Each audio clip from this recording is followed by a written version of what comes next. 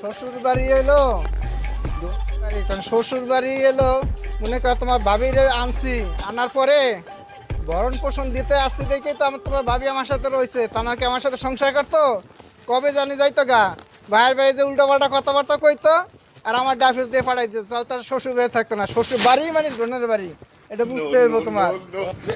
মিয়া ভাই শুনুন একটা কথা বলি। কি বলবা বলো। মিয়া ভাই একটা প্রশ্ন করি। হ্যাঁ করো। দুই সাইডে বাল মাঝখানে লাল, বলেন তো এটা কি? তুই ছোট মানুষ এ বেটা, কি তোর সব কথা বলতে বলিস, কি কর না কে। মিয়া ভাই মাজাটা একবারে ভাঙ্গে ফেলালেন মিয়া ভাই। মিয়া ভাই কথাটা তো আগে বুঝে তারপরে মারে। এই কথাটা তো ভারতে কয়। ও বুঝতে পারছি, ভারতে তো চুলের গায়ে বাল, মাঝখানে লাল, স্বামী থাকলে দেয়, না থাকলে দেয় না।